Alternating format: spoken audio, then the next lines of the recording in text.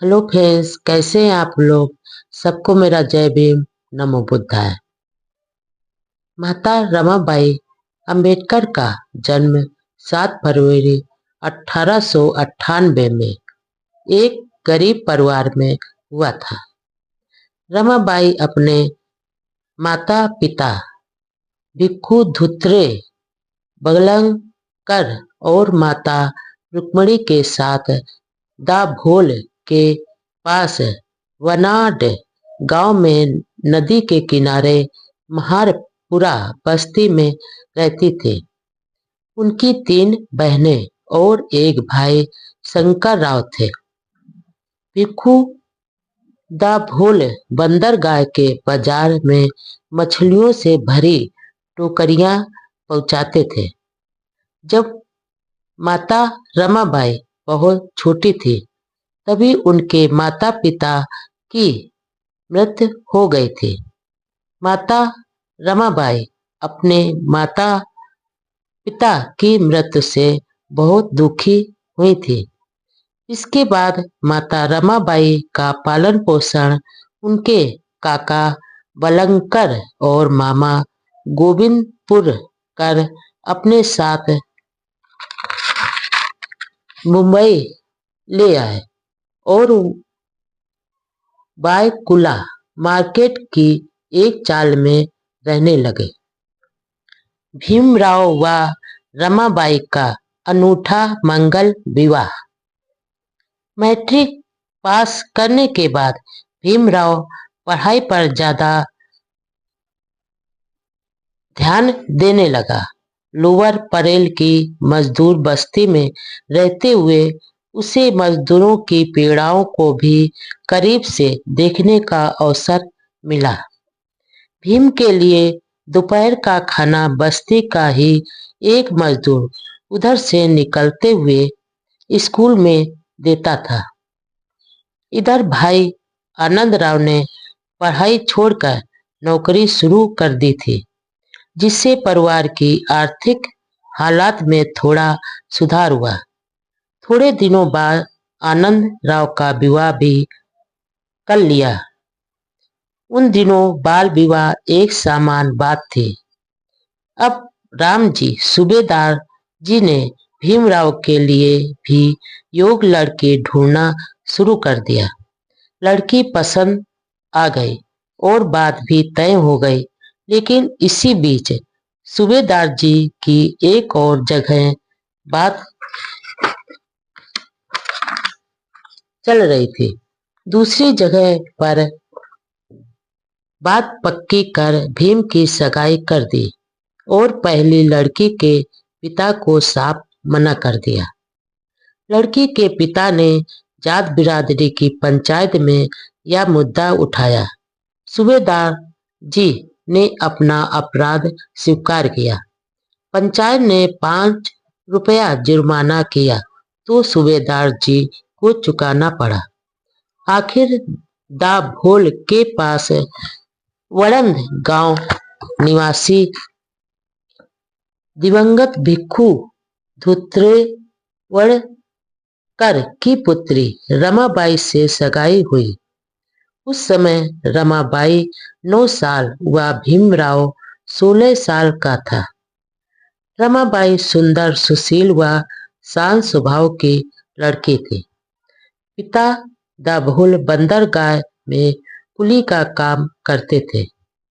बचपन में ही रमाबाई के माता पिता का देहांत हो गया था और छोटे भाई बहनों का पालन पोषण उनके चाचा व मामा ने किया था। रमाबाई अपने भाई बहनों के साथ बंबई में अपने मामा तथा चाचा के यहाँ रहती थी।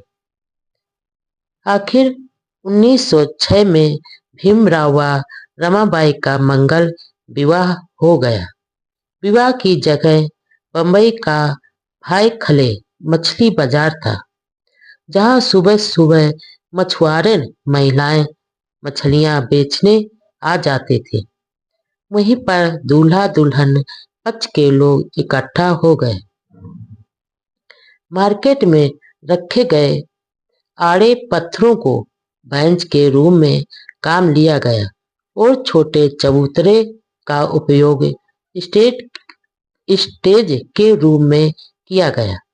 बाजार में ही उस जगह पर गंदे पानी की नालियां बह रही थी। इस तरह बाजार के उस जगह को विवाह स्थल के रूप में उपयोग किया गया। विवाह की रस्में सुबह मछुआरे महिलाओं के आने से पहले पूरी कर ली गई। इस प्रकार उस अनूठे मगर सौंदर्यपूर्ण माहौल में भीम और रामी का विवाह बंधन संपन्न हुआ। शादी के बाद रामीबाई का नाम रमाबाई रख दिया। बाद में बाबा साहब रमाबाई को प्यार से रामू तथा रमाबाई बाबा साहब को सम्मान में साहब कहकर पुकारते थे। आजकल रमाबाई को रमाई के नाम से याद करते हैं। पत्नी रमाबाई का महान त्याग व समर्पण। डॉक्टर अंबेडकर जी को प्रोफेसर के पद पर तनख्वाह तो अच्छी मिलती थी, लेकिन फिर भी वे मजदूर विभाग में इन्फ्लूमेंट ट्रस्ट चाल के 2 कमरों में ही रहते थे। वे बहुत संभल कर पैसा खर्च करते थे। वे सादगी और मितव्ययता से रहते थे। डॉक्टर अंबेडकर जैसे महान व्यक्ति को रमाबाई के रूप में पत्नी भी महान मिली थी।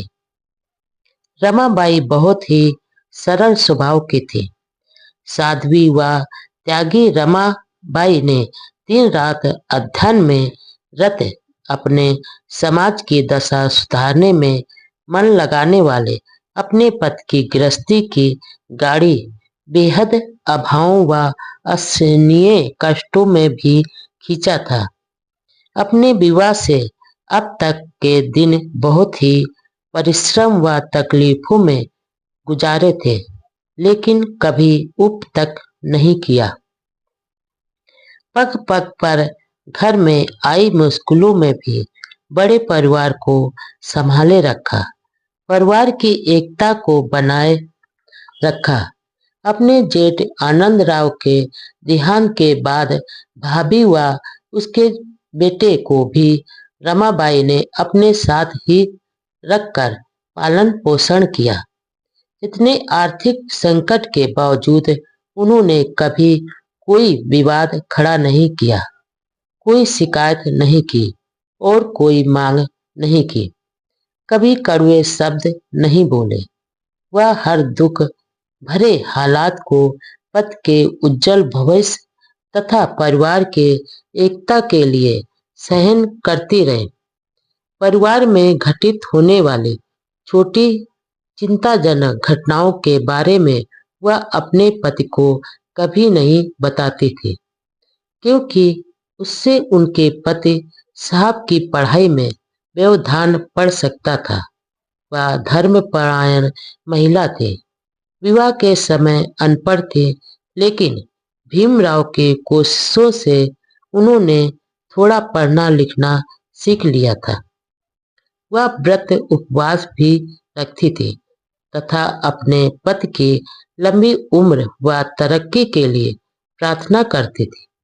आर्थिक तंगी के कारण बहुत ही किफायत से घर खर्च चलाते थे।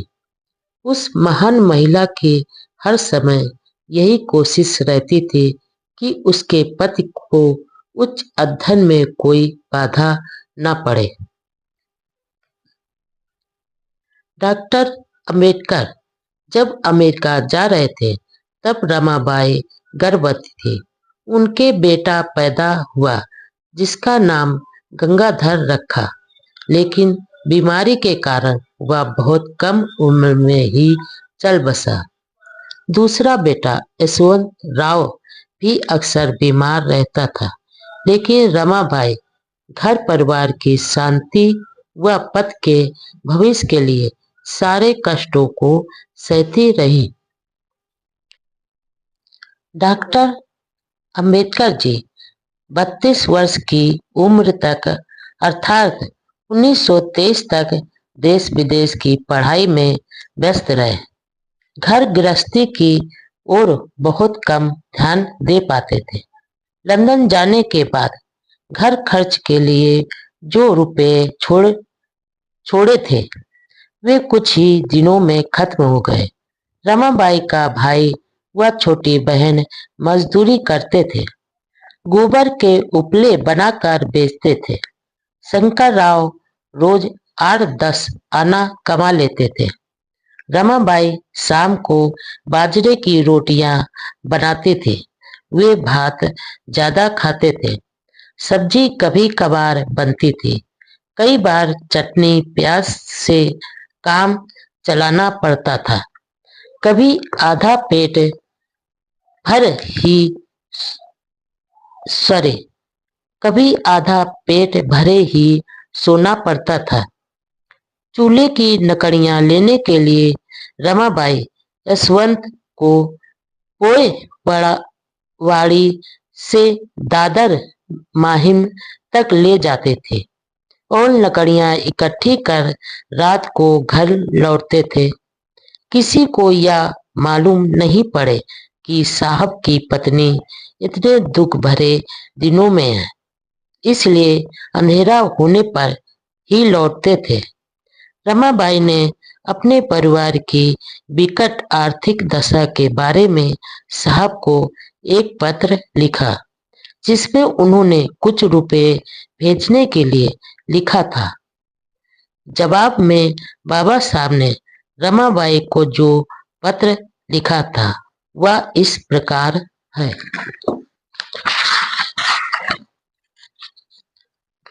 प्रिय रामू, नमस्ते। तुम्हारा पत्र मिला।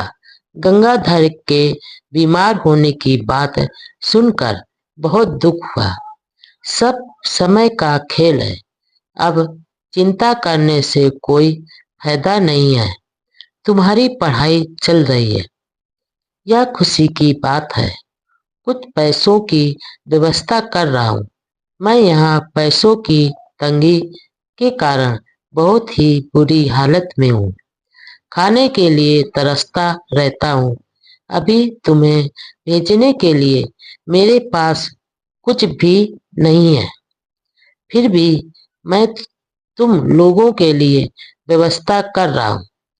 यदि पैसे मिलने में देर हो जाए और तुम्हारे पैसे खत्म हो जाए तो अपने गहने बेचकर व्यवस्था कर लेना। मैं वहां आने के बाद तुम्हारे गहने बनवा दूंगा। यशवंत और मुकुंद की पढ़ाई कैसी चल रही है, इस बारे में तुमने कुछ लिखा नहीं। मेरी तबीयत ठीक है, मेरी चिंता मत करना। अभी मेरी पढ़ाई पूरी नहीं हुई है। जून के महीने में लौट आना संभव नहीं लग रहा है, बाकी बाद में लिखूंगा। सखू और मंजुला के बारे में कोई समाचार नहीं मिल रहा है। तुम्हें पैसे मिलने पर मंजुला और लक्ष्मी की माँ के लिए एक एक लुंगड़ा यानी धोती ले लेना। शंकर राव का क्या हाल है? गजरा कैसी है? सभी को कुशल क्षेम, भीमराव। अब वे दादर में बनाए अपने नए आवासीय भवन राजगृह में परिवार के साथ रहते थे। हर समय अपने पति की चिंता करने वाले रमाबाई अक्सर बीमार रहती थी। इलाज के साथ वातावरण बदलाव के लिए उन्हें धारवाड़ भी ले गए, लेकिन कोई खास फर्क नहीं पड़ा। बाबा साहब उन दिनों बंबई से बाहर गए थे। माता रमाबाई के छोटे भाई शंकर राव बहन की सेवा कर रहे थे। रमाबाई की हालत बिगड़ने लगी तो बाबा साहब तुरंत बंबई आए। घर में बहुत ही चिंता का माहौल था। रमाबाई को अपने पति के पास दे सॉरी अपने पति को पास देखकर हल्की राहत हुई और पास ही बैठे बाबा साहब को कहा, देखो, मेरे 7 करोड़ अछूत बच्चों का ख्याल रखना।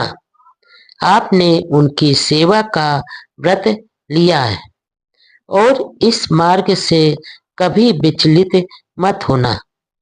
उन्हें उनका सम्मान व स्वाभिमान दिलाना। आखिर 27 मई 1935 को राजगृह में अब तक का दुखों में साथ देने वाली रमाबाई बाबा साहब से बिछुड़ गए। पति के सुख के लिए सब कुछ न्यौछावर करने वाले त्याग की वह मूरत सभी को रोता बिलखता छोड़कर दुनिया छोड़ कर चली गई। बाबा साहब जी के जीवन में दुखों ने कभी पीछा नहीं छोड़ा। परिवार में एक के बाद दूसरा दुख आता रहा। पिता की मृत्यु के बाद बड़े भाई बालाराम का असमय देहांत हो गया। 3 मासूम बेटे व एक बेटी भी खो चुके थे। वे अब दादर में बनाए अपने नए आवासीय भवन राजगृह में परिवार के साथ रहते थे। हर समय अपने पति की चिंता करने वाली रमाबाई अक्सर बीमार रहती थी। इलाज के साथ वातावरण बदलाव के लिए उन्हें धारवाड़ भी ले गए, लेकिन कोई खास फर्क नहीं पड़ा। बाबा साहब उन दिनों बंबई से बाहर थे। माता रमाबाई के छोटे भाई शंकर राव बहन की सेवा कर रहे थे। रमाबाई की हालत बिगड़ने लगी तो बाबा साहब तुरंत बंबई आ गए। घर में बहुत ही चिंता का माहौल था। रमाबाई को अपने पति को पास देखकर हल्की राहत हुई और पास ही बैठे बाबा साहब जी को कहा, देखो, मेरे 7 करोड़ अछूत बच्चों का ख्याल रखना। आपने उनकी सेवा का व्रत लिया है और इस मार्ग से कभी विचलित मत होना। उन्हें उनका सम्मान व स्वाभिमान दिलाना है।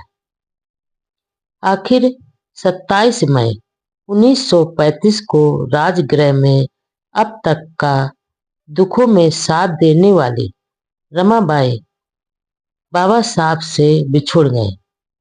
पति के सुख के लिए सब कुछ न्यौछावर करने वाली त्याग की वह मूरत सभी को रोता बिलखता छोड़कर दुनिया से विदा हो गई। डॉक्टर बाबा साहब अम्बेडकर की सफलता में माता रमाबाई के त्याग का महत्वपूर्ण योगदान माना जाता है। वह शांत स्वभाव की पतिव्रता व धर्मपरायण महिला थी। आगंतुकों का आदर सत्कार करना, सम्मान करना उनका धर्म था। 10-12 विद्यार्थी उनके यहाँ भोजन किया करते थे।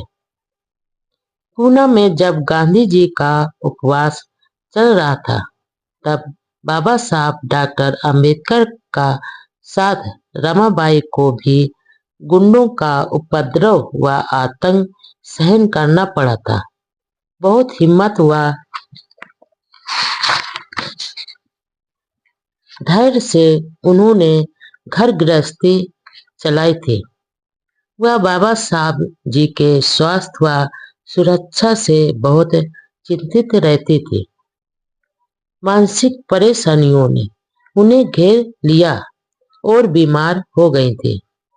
अपने 3 पुत्र एवं एक पुत्री गंगाधर, रमेश, राजरतन व इंदु कि अकाल मौत के बाद भी माता रमाबाई ने धैर्य व हिम्मत रखकर डॉक्टर बाबा साहब अम्बेडकर को सांत्वना देती रहती थी। अब माता रमाबाई के निधन से बाबा साहब अम्बेडकर पर दुखों का पहाड़ टूट पड़ा।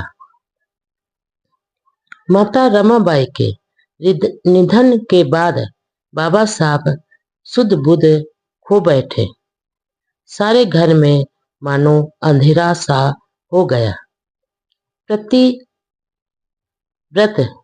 व त्याग की वह ज्योति बुझ चुकी थी। बाबा साहब बच्चों की तरह रोने लगे। उन्हें इस बात का भारी अफसोस हुआ कि वह अपनी जीवन संगिनी रामू को अब तक कष्टों के सिवा कुछ नहीं दे पाए और अब वह इस काबिल हो गए थे कि उन्हें सारे संसारिक सुख दे सकते थे। तब उन्हें बीच मझधार में छोड़कर माता रमाबाई चली गईं। बाबा साहब का माता रमाबाई से गहरा प्रेम था। बाबा साहब प्यार से रामू कहते थे, लेकिन आज रामू उन्हें छोड़कर चली गई। रामू ने दुखों के समय जो साथ दिया वह याद आने लगा।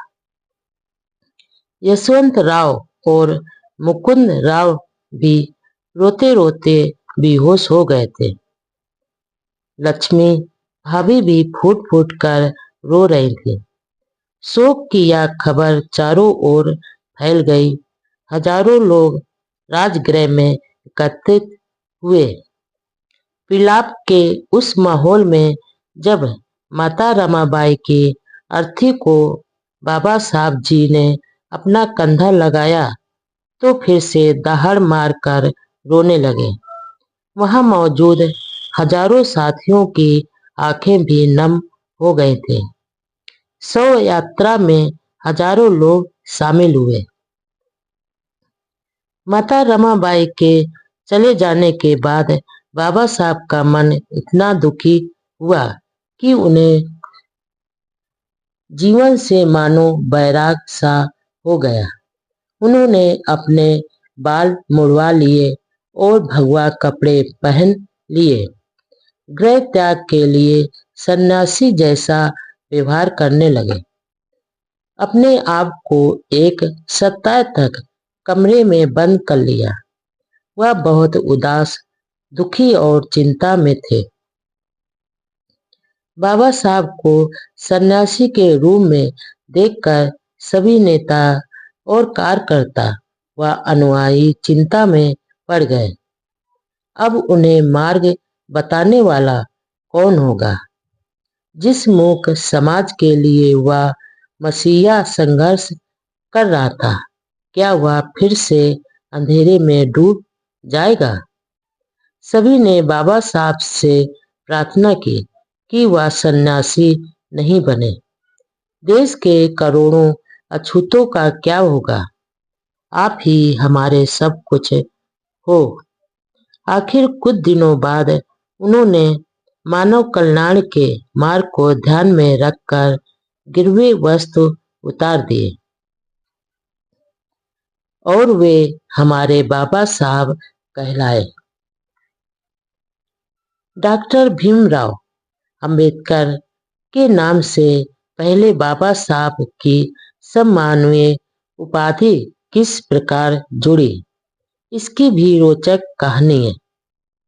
लंबी बीमारी के बाद माता रमाबाई का देहांत हो गया। इससे पहले माता पिता और फिर एक एक कर 4 बेटे बेटियां भी बिछुड़ चुके थे। माता रमाबाई के बाद तो बाबा साहब अम्बेडकर बहुत उदास व दुखी हो गए। अंतिम संस्कार के बाद सप्ताह भर तक स्वयं को कमरे में बंद कर आंसू बहाते रहे। परिजनों ने दरवाजा खटखटाया, बहुत पुकारा, विनती की, आखिर निकट सहयोगियों के आग्रह से दरवाजा खोला तो सभी यह देखकर दंग रह गए कि उनके मसीहा को तो बैराग हो गया। सिर में काफी दर्द रहने लगा। ऐसा ही सिर दर्द माता भीमाबाई को होता था। इलाज से कोई फर्क नहीं पड़ा तो केलुए धाम संस्थान लोनावाला में एक आयुर्वेदिक केंद्र पर इलाज के लिए गए।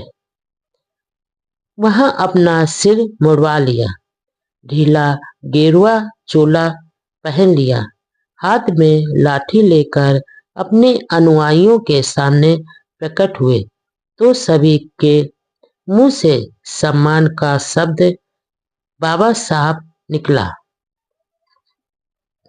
इस प्रकार 1936 से वे बाबा साहब कहे जाने लगे। दरअसल महाराष्ट्र में सम्मानीय व्यक्तियों के लिए दादा, बाबा, बाला आदि शब्दों के साथ साहब शब्द जोड़कर सम्मान से संबोधित किया जाता है। इससे पहले उन्हें डॉक्टर साहब कहकर आदर से संबोधित करते थे। माता रमाबाई का स्वभाव बहुत धार्मिक था। बाबा साहब के साथ रहते हुए उन्होंने बहुत दुख झेले, लेकिन कभी उठ तक नहीं किया। राजगृह जैसे भवन में भी वह एक साधारण महिला की तरह व्यवहार करती थी। वह अपने पति के सुख व समृद्धि के लिए व्रत उपवास भी करती थी। वह हर पूर्णिमा के दिन उपवास करती थी। उन्हें इस बात की बहुत चिंता रहती थी कि बाबा साहब खुद की कोई परवाह किए बिना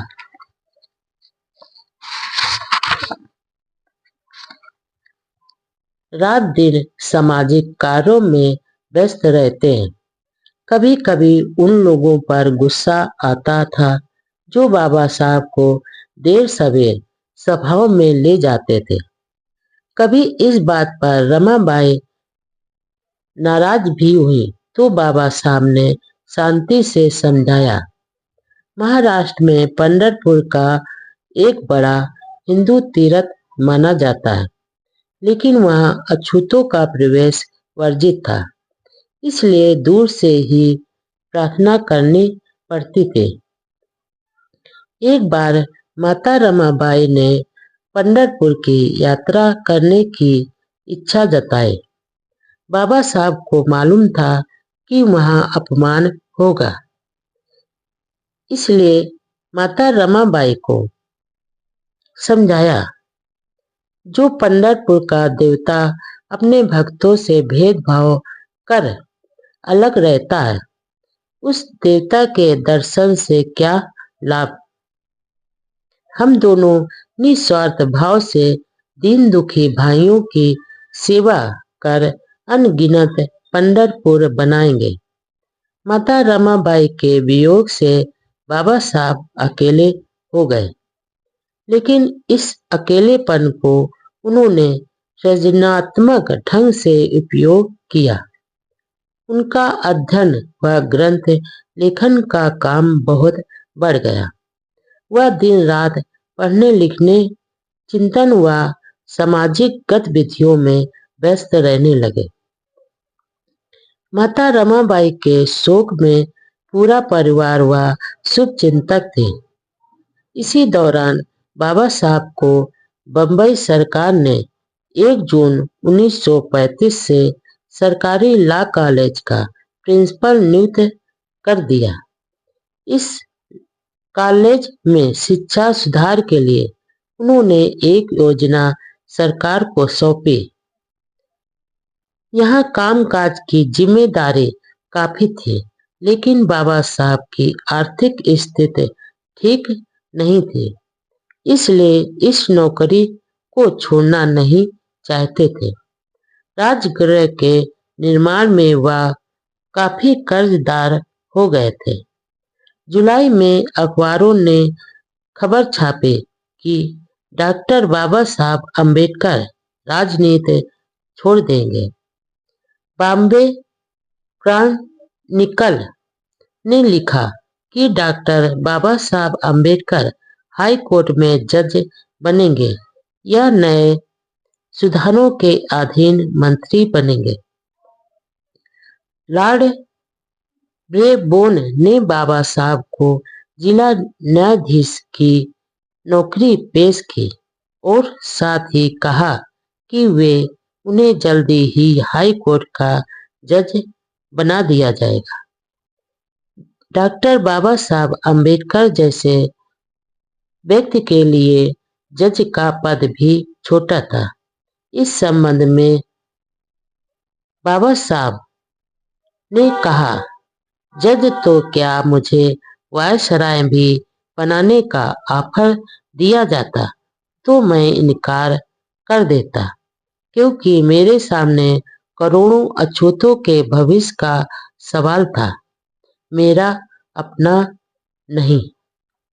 माता रमाबाई अम्बेडकर का जन्म 7 फरवरी 1898 में एक गरीब परिवार में हुआ था। रमाबाई अपने माता पिता भिक्खू धुत्रे बगलंकर और माता रुक्मणी के साथ दाभोल के पास वनाड गांव में नदी के किनारे महारपुरा बस्ती में रहती थी। उनकी 3 बहनें और एक भाई शंकर राव थे। भिक्खू दाभोल बंदरगाह के बाजार में मछलियों से भरी टोकरियां पहुंचाते थे। जब माता रमाबाई बहुत छोटी थी तभी उनके माता पिता की मृत्यु हो गई थी।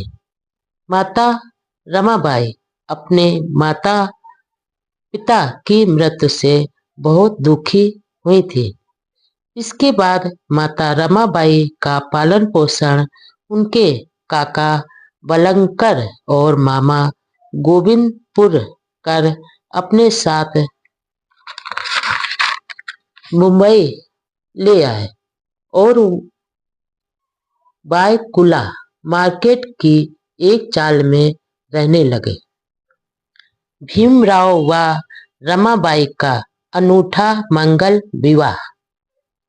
मैट्रिक पास करने के बाद भीमराव पढ़ाई पर ज्यादा ध्यान देने लगा। लोअर परेल की मजदूर बस्ती में रहते हुए उसे मजदूरों की पीड़ाओं को भी करीब से देखने का अवसर मिला।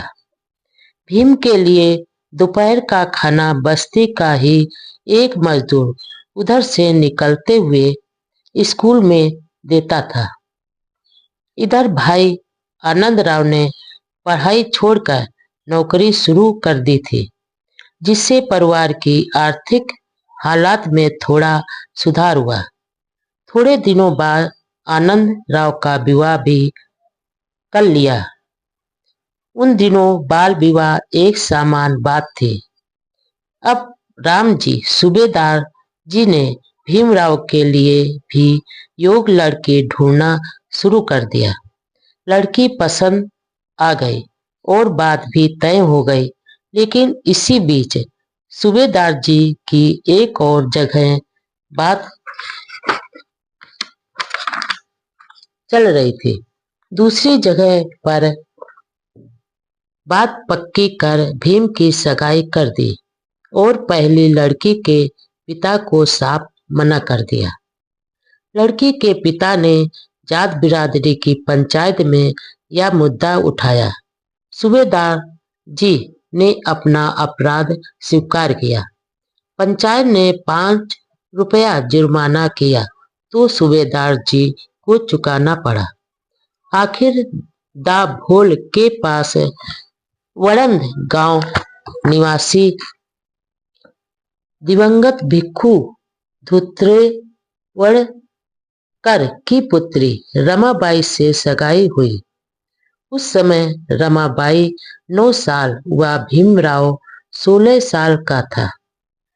रमाबाई सुंदर, सुशील व शांत स्वभाव की लड़की थी।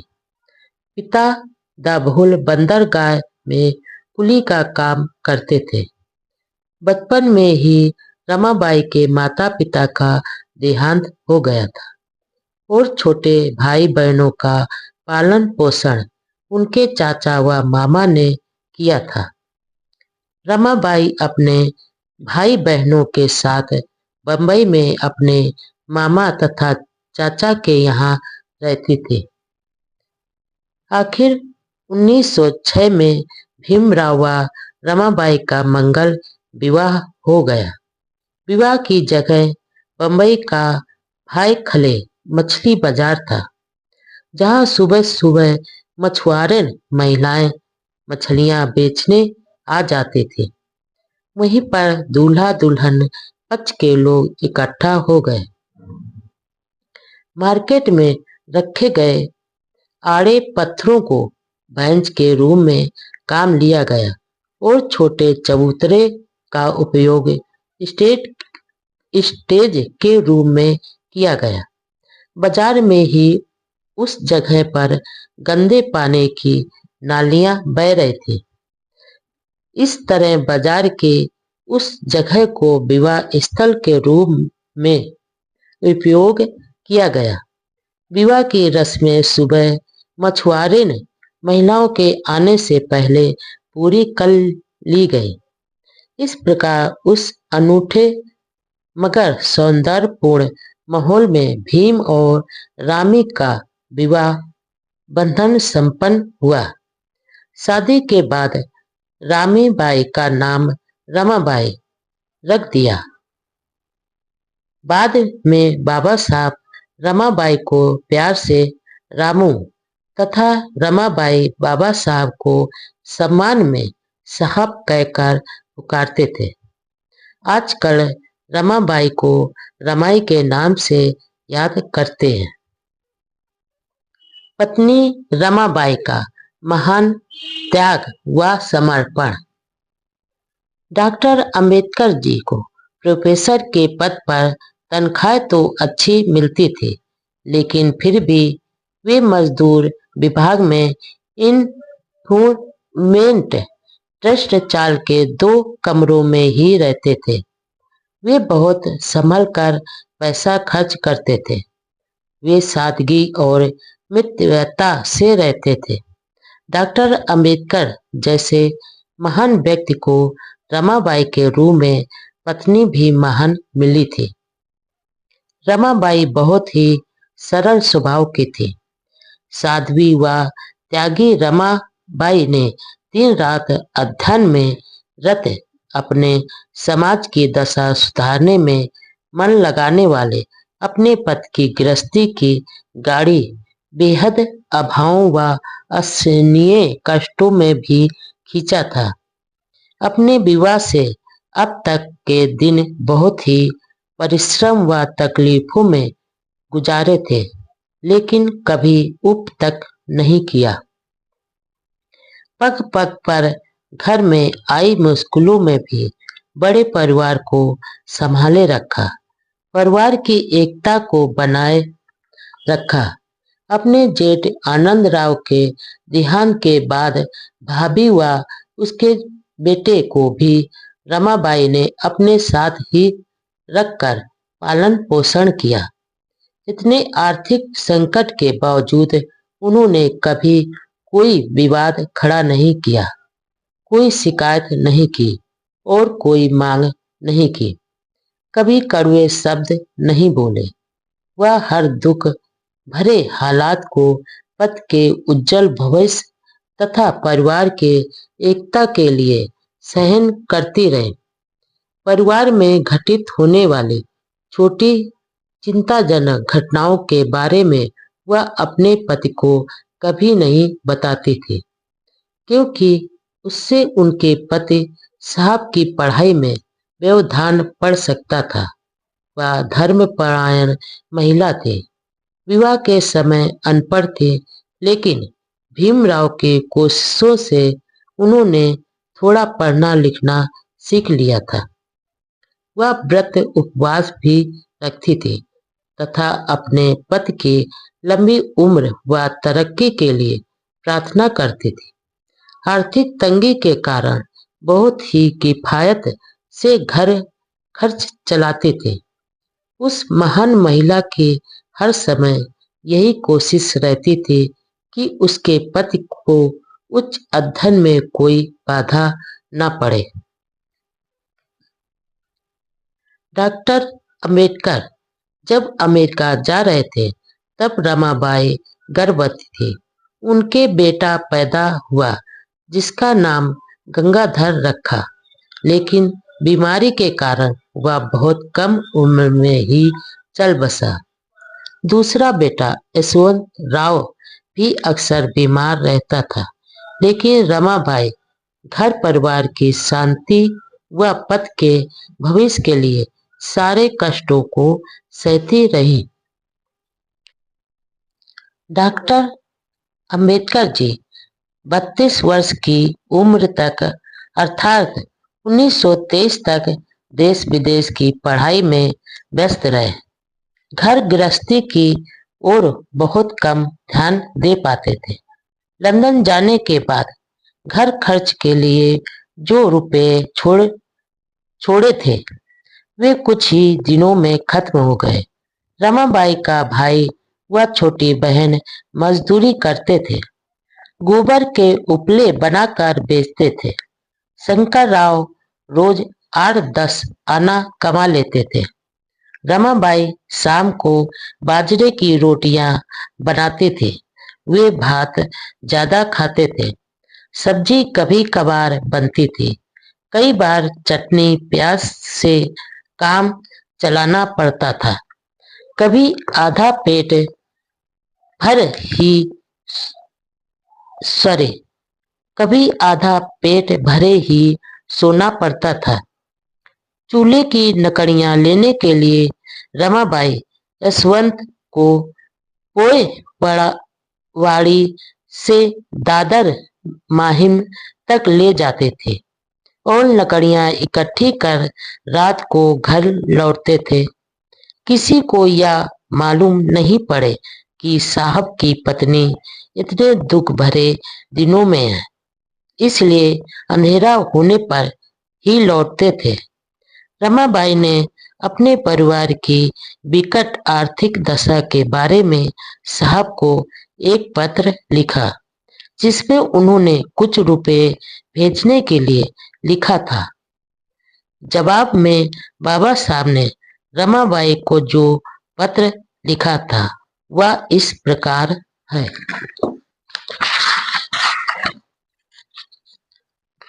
प्रिय रामू, नमस्ते।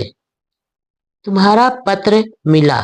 गंगाधर के बीमार होने की बात सुनकर बहुत दुख हुआ। सब समय का खेल है, अब चिंता करने से कोई फायदा नहीं है। तुम्हारी पढ़ाई चल रही है, यह खुशी की बात है। कुछ पैसों की व्यवस्था कर रहा हूँ। मैं यहाँ पैसों की तंगी के कारण बहुत ही बुरी हालत में हूँ। खाने के लिए तरसता रहता हूँ। अभी तुम्हें भेजने के लिए मेरे पास कुछ भी नहीं है, फिर भी मैं तुम लोगों के लिए व्यवस्था कर रहा हूँ। यदि पैसे मिलने में देर हो जाए और तुम्हारे पैसे खत्म हो जाए तो अपने गहने बेचकर व्यवस्था कर लेना। मैं वहां आने के बाद तुम्हारे गहने बनवा दूंगा। यशवंत और मुकुंद की पढ़ाई कैसी चल रही है, इस बारे में तुमने कुछ लिखा नहीं। मेरी तबीयत ठीक है, मेरी चिंता मत करना। अभी मेरी पढ़ाई पूरी नहीं हुई है। जून के महीने में लौट आना संभव नहीं लग रहा है, बाकी बाद में लिखूंगा। सखू और मंजुला के बारे में कोई समाचार नहीं मिल रहा है। तुम्हें पैसे मिलने पर मंजुला और लक्ष्मी की माँ के लिए एक एक लुंगड़ा यानी धोती ले लेना। शंकर राव का क्या हाल है? गजरा कैसी है? सभी को कुशल क्षेम भीमराव। अब वे दादर में बनाए अपने नए आवासीय भवन राजगृह में परिवार के साथ रहते थे। हर समय अपने पति की चिंता करने वाली रमाबाई अक्सर बीमार रहती थी। इलाज के साथ वातावरण बदलाव के लिए उन्हें धारवाड़ भी ले गए, लेकिन कोई खास फर्क नहीं पड़ा। बाबा साहब उन दिनों बंबई से बाहर गए थे। माता रमाबाई के छोटे भाई शंकर राव बहन की सेवा कर रहे थे। रमाबाई की हालत बिगड़ने लगी तो बाबा साहब तुरंत बंबई आए। घर में बहुत ही चिंता का माहौल था। रमाबाई को अपने पति के पास दे सॉरी अपने पति को पास देखकर हल्की राहत हुई और पास ही बैठे बाबा साहब को कहा, देखो, मेरे 7 करोड़ अछूत बच्चों का ख्याल रखना। आपने उनकी सेवा का व्रत लिया है और इस मार्ग से कभी विचलित मत होना। उन्हें उनका सम्मान व स्वाभिमान दिलाना। आखिर 27 मई 1935 को राजगृह में अब तक का दुखों में साथ देने वाली रमाबाई बाबा साहब से बिछुड़ गए। पति के सुख के लिए सब कुछ न्यौछावर करने वाले त्याग की वह मूरत सभी को रोता बिलखता दुनिया छोड़ कर चली गई है। डॉक्टर अंबेडकर धर्म परिवर्तन की घोषणा के बाद इसको अमल में लाने के लिए चिंतन मनन व कार्यक्रमों में व्यस्त थे, लेकिन आम आदमी की समस्याओं पर भी वह पूरा ध्यान दे रहे थे। महाराष्ट्र के जिला कुलाबा के चारी गांव में आयोजित एक किसान सम्मेलन में उन्होंने कहा कि गरीब किसानों के शोषण के कारण ही जमींदार ईश्वरपूर्ण जीवन जी रहे हैं। इसलिए मेहनतकश किसानों को अपनी आर्थिक गुलामी के खिलाफ संघर्ष करना चाहिए। सभा के अंत में एक रोचक घटना घटी। डॉक्टर अंबेडकर के मित्र व सहयोगी पंडाल में यूं ही चर्चा कर रहे थे। इतने में वहां गीली जमीन से एक बड़ा काला बिच्छू निकल आया। भगदड़ सी मच गई। सभी डंडा पत्थर ढूंढने लगे। इतने में बाबा साहब आगे आए और अपने नंगे पांवों से ही बिच्छू को कुचल डाला। धर्म परिवर्तन के संबंध में बाबा साहब के विचार बहुत स्पष्ट व व्यवहारिकता के धरातल पर थे।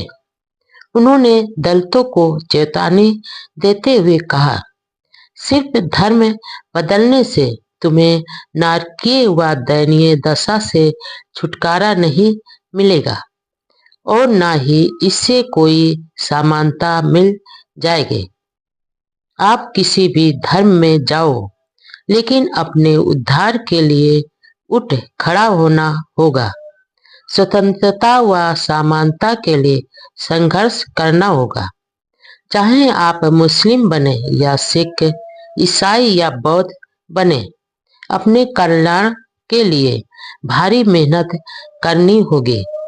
यह सोचना मूर्खता होगी कि यदि हम इस्लाम स्वीकार कर लें तो हर व्यक्ति नमाज बन जाएगा और ईसाई धर्म में चले जाएं तो हर अछूत वहां पोप बन जाएगा। आप कहीं भी जाएं, संघर्ष करना जरूरी होगा। समानता व स्वतंत्रता की तमन्ना हिंदू धर्म में पूरी नहीं होगी, क्योंकि इसकी नींव ही वर्ण व्यवस्था, मनुस्मृति व गुलाम रखने की साजिश पर रखी हुई है। हमारे सामने सिर्फ रोजी रोटी का सवाल नहीं है। धर्मांतरण की पीछे कई पवित्र उद्देश्य हैं, जो अछूतों को आत्मसम्मान, आत्मशक्ति व आत्म संगठन प्रदान करेगा।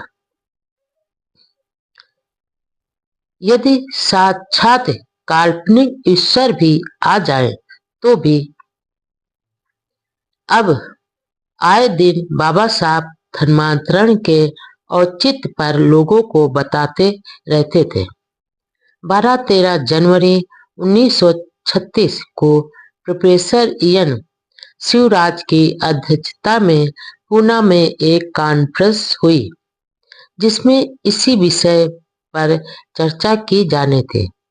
अस्पृश युवक परिवार की ओर से आयोजित इस सभा में डॉक्टर अंबेडकर जी ने धर्मांतरण की प्रतिज्ञा को दोहराते हुए स्पष्ट कहा कि यदि साक्षात काल्पनिक ईश्वर या सारे हिंदू देवी देवता भी आकर कहें कि हिंदू धर्म मत छोड़ो, तो भी मैं नरक जैसे हिंदू धर्म में अब नहीं रहूंगा।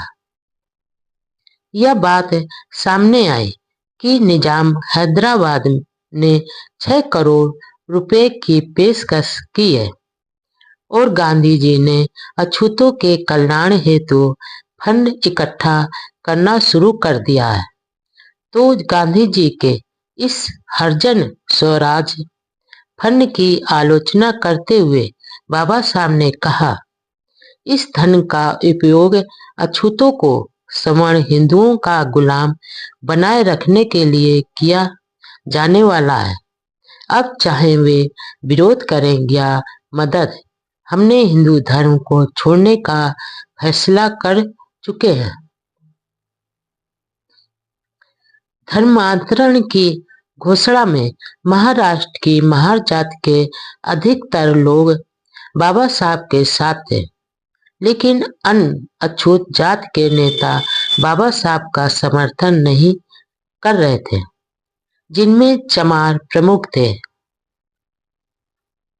उन नेताओं का कहना था कि हमें हिंदू धर्म में ही रहकर सुधार के लिए संघर्ष करना चाहिए। उन्हें यह भी डर था कि हिंदू धर्म त्यागने के बाद सवर्ण हिंदुओं का गुस्सा बढ़ जाएगा और वे हमारे लोगों पर अधिक अत्याचार करेंगे। कई नेताओं ने तो डॉक्टर अंबेडकर को पलायनवादी तक कह दिया, लेकिन बाबा साहब इन जातीय दायरों से ऊपर उठकर सभी अछूतों के लिए संघर्ष कर रहे थे और आए दिन महारों के अलावा अन्य अछूत जातियों की सभाओं में जाकर उनकी प्रगति का मार्ग बताते थे। उन दिनों लॉ कॉलेज के प्रिंसिपल की हैसियत से भी बाबा साहब वहां पूरा ध्यान दे रहे थे तथा कॉलेज का नाम रोशन करने के पूरे प्रयास कर रहे थे। वहां के विद्यार्थियों व प्राध्यापकों के मन में डॉक्टर अंबेडकर जी के प्रति बहुत आदर व सम्मान था। कॉलेज की मासिक पत्रिका के 1 जनवरी 1935 के अंक में उच्च कोटि के विद्वान व कानून विशेषज्ञ डॉक्टर अंबेडकर जी के बारे में संपादक ने लिखा, डॉक्टर अंबेडकर एक माने वे भी वक्ता, वकील, अर्थशास्त्री तथा संविधान शास्त्र के विशेषज्ञ और मानवतावादी व्यक्ति हैं, जो भारत और भारत से बाहर बहुत प्रसिद्ध है। जात पात तोड़क मंडल। बाबा साहब तो जातियों को जलाना चाहते थे। जात पात तोड़क मंडल लाहौर यानी पंजाब ने 1936 में अपने वार्षिक सम्मेलन की अध्यक्षता के लिए बाबा साहब को आमंत्रण भेजा। यह सम्मेलन मई 1936 में होने वाला था।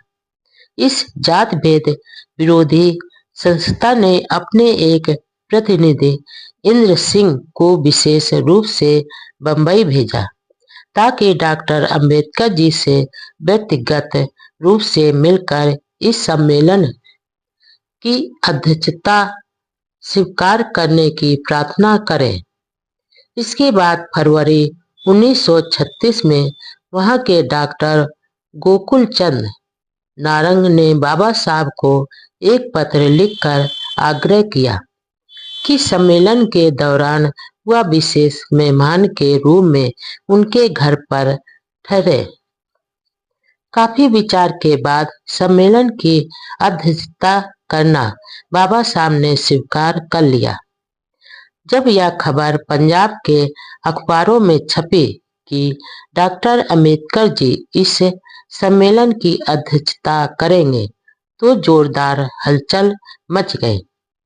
रूढ़वादी हिंदुओं ने जात पात तोड़क मंडल की कड़ी निंदा की। हिंदू धर्म के कट्टर विरोधी अंबेडकर लाहौर में हिंदुओं के ही सम्मेलन में अध्यक्षता करेंगे। यह बात पंजाब के हिंदू नेताओं को सहन नहीं हो रही थी।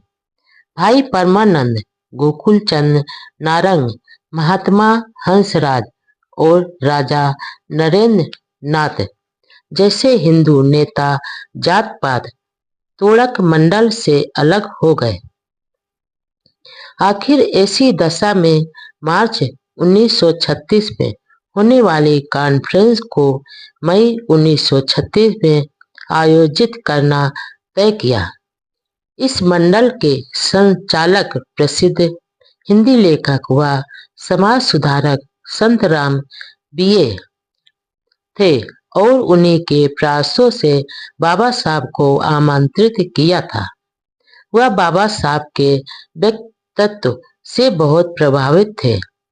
पंजाब में इस तरह की पैदा हुई स्थिति के बारे में पूरी जानकारी देने के लिए संत राम ने हर भगवान को बंबई भेजा। 9 अप्रैल को वह डॉक्टर अंबेडकर जी से मिले।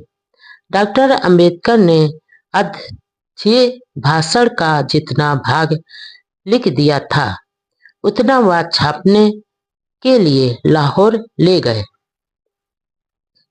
अगले दिन 10 अप्रैल को बाबा साहब भी अमृतसर जाने के लिए रवाना हो गए। वहां 11 से 13 अप्रैल तक सिख मिशनरी कॉन्फ्रेंस होने वाली थी। सम्मेलन में पंजाब के बाहर से भी काफी लोग आए थे, जिनमें अछूत लोग भी काफी थे। सम्मेलन की अध्यक्षता रिटायर्ड जज सरदार बहादुर हुकुम सिंह ने की और बाबा साहब अंबेडकर का प्रभावशाली भाषण हुआ। खास बात यह थी कि इस सम्मेलन में केरल से थिया समाज के नेता डॉक्टर कुहीर, 4 अन्य नेता तथा 50 अछूतों ने सिख धर्म स्वीकार किया था। वहां से छपने वाले प्रमुख अखबार ट्रिब्यून लाहौर में सम्मेलन की पूरी रिपोर्ट छापे, जिसके अनुसार सिख मिशनरी कॉन्फ्रेंस के प्रधान सरदार विशाखा सिंह का शानदार जुलूस निकाला गया, जो अमृतसर के बाजारों से गुजरा। 4 घंटे के जुलूस में प्रधान के अलावा अछूत नेता डॉक्टर अंबेडकर जी भी प्रधान के साथ शाही बग्घी में बैठे हुए थे। अपने छोटे भाषण में डॉक्टर अंबेडकर जी ने कहा, सभी धर्म संप्रदाय अछूतों की समस्या से वाकिफ हैं। अछूत भी सामाजिक विषमता व अन्याय से तंग आ चुके हैं। सिख धर्म में सामाजिक समानता के तत्व अच्छे हैं। हमने अब हिंदू धर्म त्यागने का फैसला कर दिया है। हालांकि धर्मांतरण कब करना है यह अभी तय नहीं है, लेकिन मैं सिख धर्म को